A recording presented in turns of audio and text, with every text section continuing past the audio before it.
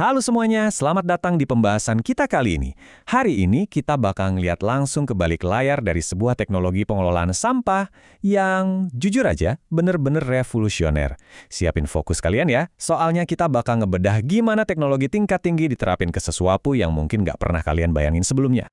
Coba deh kalian bayangin, apa jadinya kalau kita gabungin jutaan maggot alias belatung yang super rakus sama otak robotik cerdas yang terhubung ke internet. Terdengar kayak film fiksi ilmiah kan? Tapi percaya deh, jawabannya benar-benar ada di dunia nyata. Dan hari ini kita bakal kupas tuntas cara kerjanya dan ngelihat data-data nyatanya. Oke, ini peta perjalanan kita hari ini. Kita bakal mulai dari evolusi cara kita ngelola maggot, terus masuk ke cara kerja sistem IoT-nya, gimana otomatisasi siklus hidupnya, inovasi pengering pintarnya, dan terakhir, ini yang paling seru, data nyata dari keberhasilan biokonversi sistem ini. Yuk, langsung aja kita mulai. Bagian pertama, mari kita bahas gimana pahlawan sampah organik ini berevolusi. Selamat datang di era baru BSF. Nah, hal yang paling menarik dari gambar ini tuh kontrasnya. Kelihatan banget bedanya. Di sisi kanan, kalian bisa lihat peternak yang masih kerja manual banget. Ngaduk media, ngecek suhu cuma pakai insting, bener-bener ngandelin tenaga fisik. Susah diukur pastinya kan? Tapi coba lihat yang di sebelah kiri. Ada layar LCD digital kecil yang nyala dan nampilin IP address. Ini dia simbol era baru kita. Manajemen budidaya sekarang udah full terhubung sama jaringan otomatis. Terus pertanyaannya, kenapa sih kita repot-repot pakai teknologi canggih segala? Jawabannya simpel, efisiensi. Pengomposan konvensional itu sebenarnya kurang efektif loh. Rata-rata cuma bisa ngurangin volume sampah sekitar 10% aja. Cuma 10%. Itu lambat banget buat ngatasin krisis sampah global kita. Makanya kita butuh sebuah upgrade yang benar-benar radikal. Dan teknologi biokonversi maggot yang ditenagai IoT inilah solusinya. Masuk ke bagian kedua, kita bedah anatomi peternakannya. Gimana sih cara kerja sistem IoT ini sebenarnya?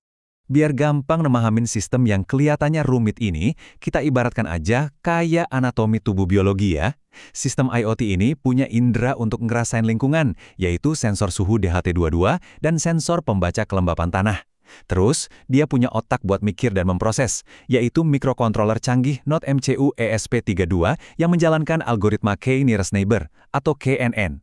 Dan pastinya, dia punya otot untuk bertindak, yang bentuknya modul relay, kipas pendingin, lampu pemanas, sampai penyemprot air. Coba kita bayangin skenario nyatanya nih. Langkah pertama, indera ngebaca kondisi sekitar. Misalnya tiba-tiba suhu naik tajam nyentuh 39 derajat Celcius. Wah, kepanasan nih! Langkah kedua, si otak langsung memproses data itu. Dalam sekejap, algoritma KNN mutusin, oke, ini kondisi yang buruk buat maggot. Nah, masuk ke langkah ketiga, otot langsung bereaksi. Mikrokontroler ngirim sinyal ke relay buat nyalain kipas, dan area kandang langsung didinginin secara otomatis. Keren banget kan? Kalau kita lihat arsitektur aliran datanya, ini tuh nunjukin sebuah siklus yang muter terus, nggak pernah putus. Data dikumpulin terus-terusan sama sensor, ditarik ke dalam sistem buat diklasifikasi, terus sistem ngelakuin aksi penyesuaian lingkungan, dievaluasi lagi, dan gitu terus. Putaran informasi tanpa henti inilah yang bikin jutaan maggot tadi ngerasa nyaman, tetap rakus, dan pastinya hidup di kondisi yang sempurna buat mereka. Oke, lanjut ke bagian ketiga. Gimana sih otomatisasi ini ngaruh ke kehidupan peternak dan siklus maggot sehari-hari? Perhatiin deh, betapa mulusnya peternakan ini berjalan seharian. Pas pagi hari yang dingin, sistem otomatis nyalain lampu pemanas, biar suhu inkubasi telur tetap hangat. Siangnya, pas kelembapan mulai naik turun karena panas matahari, deteksi KNN langsung nyalain pompa penyemprot air, buat ngunci kelembapan di angka ideal, yaitu 60–80%. Terus malamnya gimana? Peternaknya tinggal duduk santai, buka aplikasi di HP, dan ngecek semua rata-rata performa data harian. Praktis banget. Alur kerja aplikasinya ini rapi banget loh. Framework React Native di sini ibaratnya mindahin seluruh kekuatan sistem peternakan pintar itu langsung ke dalam saku si peternak.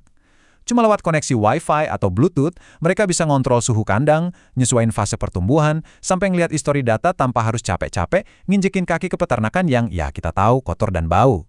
Masuk ke bagian keempat. Apa yang terjadi setelah maggot-maggot ini kenyang dan siap diproses? Kita kenalan sama inovasi pengering pintarnya. Gambar ini benar-benar ngegambarin transisi yang brilian ke tahap pasca panen berteknologi tinggi. Kalau dulu orang ngejemur maggot secara manual di nampan plastik yang pastinya ribet dan rawan banget diserang jamur kalau tiba-tiba hujan, sekarang kita pakai kotak kendali digital berlayar biru ini. Namanya PotBiot, alat pengering maggot berbasis IoT. Otomatisasinya tuh benar-benar dari hulu sampai ke hilir. Kita bahas dikit yuk jeroan teknologinya. Alat pengering ini pakai sensor DS18B20 yang akurasinya tinggi banget buat ngedeteksi panas. Prosesnya digerakin pakai pemanas tubular yang sanggup manggang 500 gram maggot di suhu konstan, persis 85 derajat Celcius. Dan karena ini nyambung ke Wi-Fi, alat ini bakal ngasih notifikasi digital ke HP kalian sekaligus bunyiin alarm peringatan kalau maggot keringnya udah matang. Anti gagal kan? Nah, ini dia bagian kelima, sekaligus yang paling saya tunggu-tunggu. Bukti nyatanya. Mari kita lihat data hasil terukurnya. Perbandingan data ini benar-benar ngebuka mata. Di uji coba, pas bobot maggot dan volume medianya disamain, kandang manual tuh cuma bisa ngasilin panen akhir sekitar 0,9 kg. Tapi, pas kita pakai sistem IoT yang bisa nyesuaiin air dan panas otomatis, maggotnya tumbuh pesat dan ngasilin 1,2 kg. Bayangin, kita ngelihat keunggulan mutlak rasio 4:3 cuma karena intervensi teknologi. Nggak cuma jumlahnya, kualitas nutrisinya juga gila-gilaan, kayak habis disuntik steroid digital. Karena maggot ini dipelihara di zona suhu yang sangat spesifik, profil nutrisinya ikut meroket. Kadar proteinnya naik tajam jadi 43,53% dan kadar lemaknya berhasil ditekan ke angka 6,42%. Serangga-serangga ini secara harfiah udah disulap jadi kayak kumpulan atlet binaragawan. Murni protein tinggi, minim lemak, sempurna banget buat pakan ternak. Dan poin yang paling krusial ada di efisiensi rakusnya. Rasio konversi pakannya itu membaik drastis, sampai 7,3 kali lipat. Di awal eksperimen, butuh hampir 20 gram sampah organik cuma buat ngebentuk 1 gram tubuh maggot. Tapi dengan kestabilan mesin IoT, sistem pencernaan maggot kerja maksimal, dan angkanya anjlok. Maggot cuma butuh 2,7 gram sampah buat ngehasilin 1 gram biomasa tubuhnya. Makanya dikit, gedenya cepat. Kalian juga pasti bakal ikutan kaget lihat angka ini. 99%. Iya, 99% itu tingkat persentase keberhasilan menetasnya telur lalat BSF. Kemampuan sensor pintar yang berhasil ngunci suhu inkubator secara absolut di 25-29 derajat Celcius bikin nyaris gak ada telur yang mati sia-sia. Semua sumber daya benar-benar terselamatkan. Dan ini dia statistik pemungkas buat lingkungan kita. Nilai indeks pengurangan sampahnya nembus angka 90%. Biar kebayang, di sebuah proyek eksperimen, sistem otomatis ini dikasih 1,57 ton tumpukan sampah busuk. Jutaan maggot IoT ini ngelahap dengan kecepatan luar biasa dan berhasil ngelenyapin 1,4 ton dari sampah itu. Dan sisanya cuma ninggalin residu yang malah jadi pupuk kualitas premium. Luar biasa kan?